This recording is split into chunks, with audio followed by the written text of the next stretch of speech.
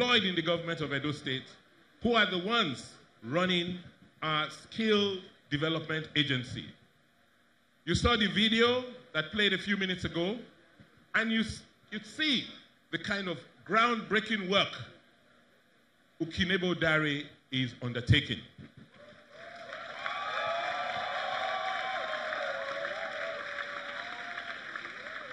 Herself and her team have, over the last 1.5 years or so, traversed the nooks and crannies of Edo State, identifying opportunities, identifying where we have job centers, identifying all the infrastructure we have that can help us with creating jobs. And the evidence is there. Just look behind you and see what they built in less than 90 days. The South-South Innovation Hub, which today hosts more than 20 IT companies.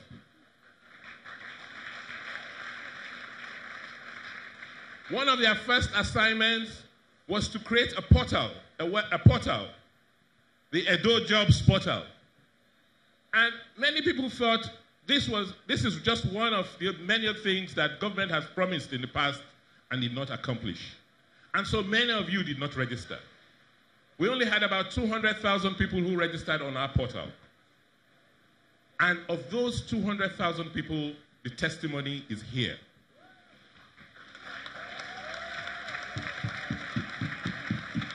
The jobs of today and the jobs of tomorrow do not require you to have a godfather.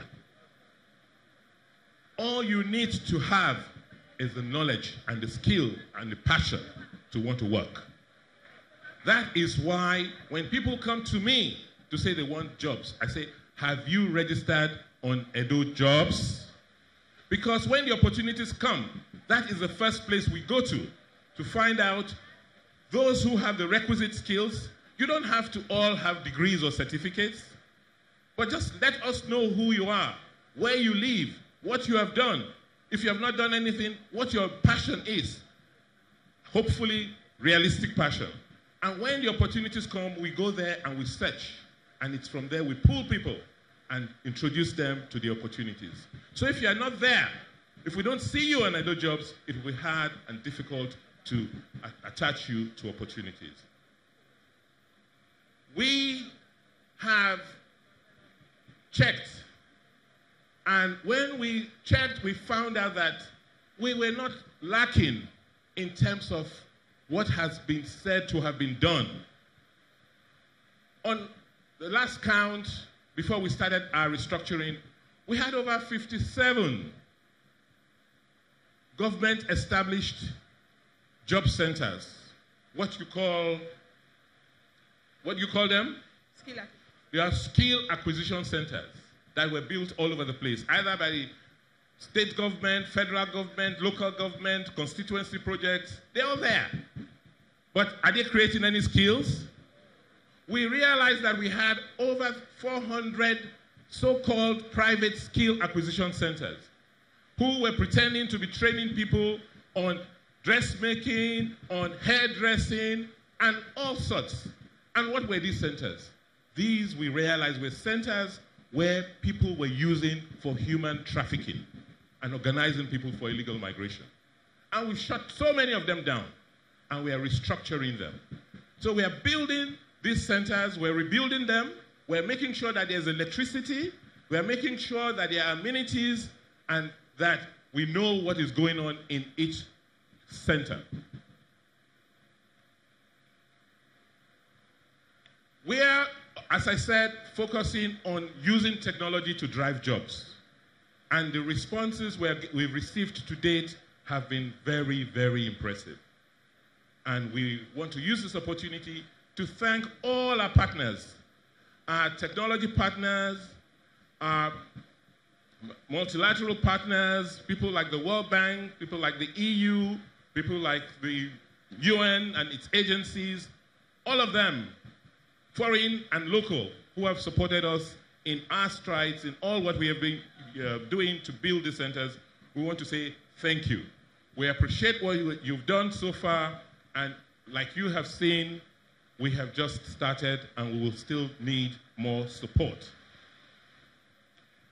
We are very proud to say that we have started on a good note, and we are optimistic that we will achieve the goals we set during my electioneering, that within the first term of our government, we will create a minimum of 200,000 jobs. As at today, we can boldly say, and we have the evidence, and anybody can come in and check, that we have created 77,200 jobs today. And these are in various areas. We have collaborated with the federal government through its various schemes. We have collaborated with multilateral agencies. We have collaborated with institutions to create these jobs. But as I said, it is just the beginning. It's a scratch of the surface. Today, I will be launching the Edo Jobs Internship and Apprenticeship Scheme to give more vibrant youth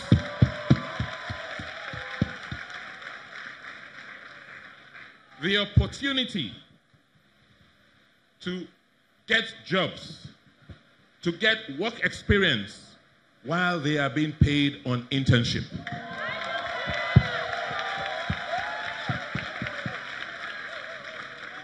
What this scheme will do, with the support of the federal government, is that we've identified projects in various areas, in construction, technology, agriculture, where we will send you for training.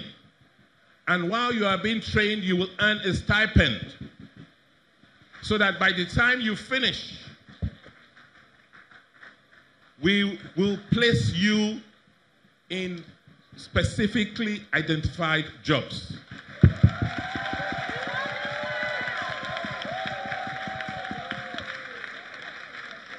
For the medium term, as I said, the Benin Technical College is almost ready. By the first quarter of next year, we would have finished with the restructuring of our colleges of education, or our College of Education, with campuses in Abudu to train primary school teachers and teachers with special need children. The campus in Igweben will focus on training teachers for secondary school education, and the campus in Auchi will focus on training teachers for technical education and sports education.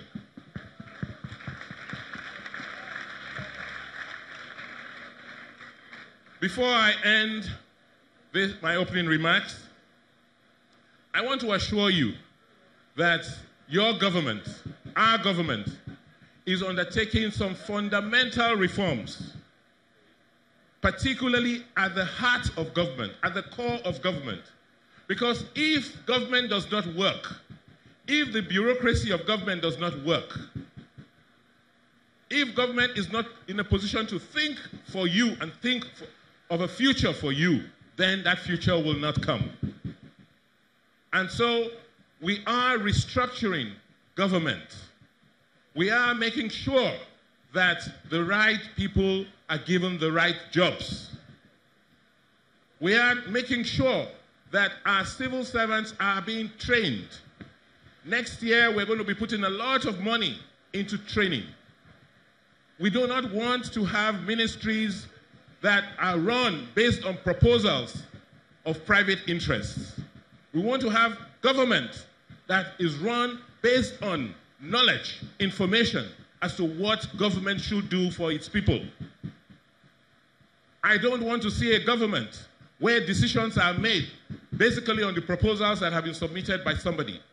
You must know what you want for your people before you go out and ask for proposals. That is how government is run, and that is what we're going in Edo State.